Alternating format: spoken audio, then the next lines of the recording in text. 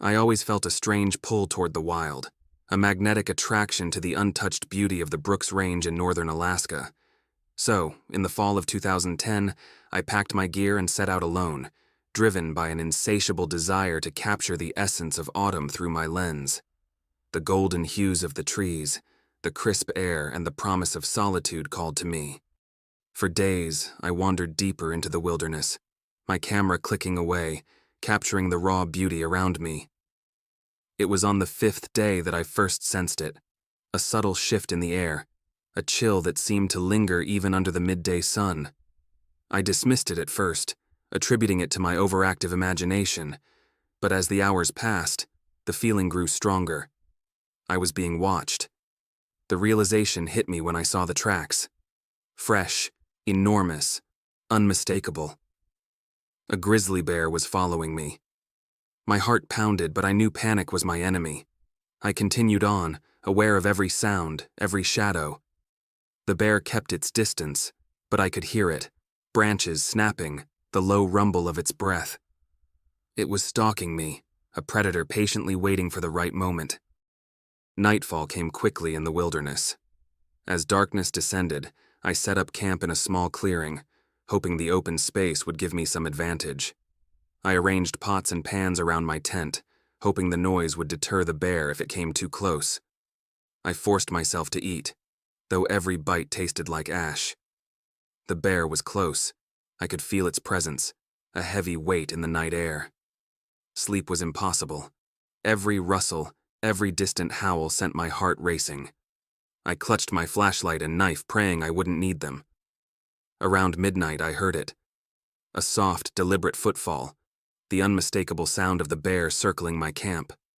My pulse quickened as I strained to hear more. The silence that followed was even more terrifying. Morning light brought no relief. The bear's tracks were everywhere, circling, approaching, retreating. It was toying with me, a grim game of cat and mouse. I packed up hastily, my eyes darting to every shadow, every flicker of movement. I needed to get back to civilization, but the way out seemed impossibly far. Hours turned into an eternity as I trudged through the forest, the bear always just out of sight, a constant, ominous presence.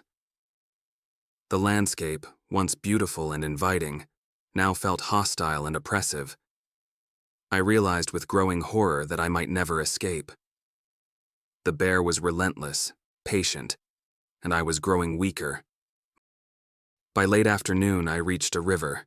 The water was icy and swift, but crossing it seemed my best chance to throw the bear off my trail. I waded in, the cold searing through my boots and clothes. Halfway across, I glanced back and saw it, the massive shape of the grizzly on the opposite bank, watching me with dark, intelligent eyes. I stumbled onto the far shore, shivering and exhausted. I knew I couldn't stop. I pushed on, hoping the river had bought me some time.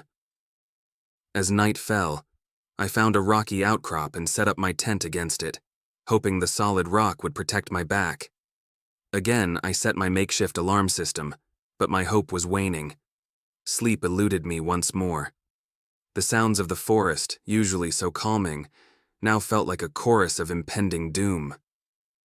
The bear was out there, waiting. Every hour stretched into eternity as I lay awake, gripping my knife with trembling hands. Dawn broke slowly, a pale, sickly light filtering through the trees. My body ached from the cold and tension, but I forced myself to pack up and move. I followed the river downstream, hoping it would lead me to some sign of human presence. The bear's tracks were less frequent now, but I knew it was still out there. I spent the next day trying to stay ahead of the bear, moving as quickly as my tired legs could carry me. I rationed my food carefully, but supplies were running low. I foraged for edible plants, chewing on bitter roots and berries. I tried fishing in the river, fashioning a crude spear, but my efforts were in vain. Hunger gnawed at me, a constant reminder of my dwindling chances. That night, I built a makeshift shelter from branches and leaves, reinforcing it with my tarp. I huddled inside, shivering as the temperature dropped. I piled on layers of clothing, but the cold seeped into my bones.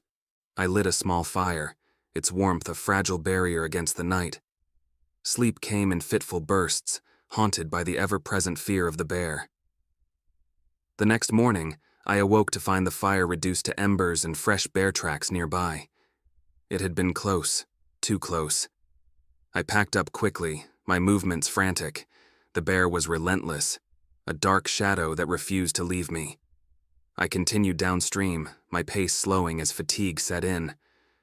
The forest seemed to close in around me, the trees like silent sentinels watching my every move. By midday, I was desperate. My legs felt like lead, my vision blurred. I stumbled upon a small cave and decided to take shelter. It was dark and damp, but it offered some protection. I barricaded the entrance with rocks and branches, praying it would be enough. I sat inside, my breath coming in shallow gasps, listening to the sounds of the forest. The bear was out there, somewhere, waiting. As night fell, I felt a renewed sense of dread. The cave offered little comfort, its confines claustrophobic. I could hear the bear outside, its growls echoing in the darkness. It was testing my defenses, probing for a way in.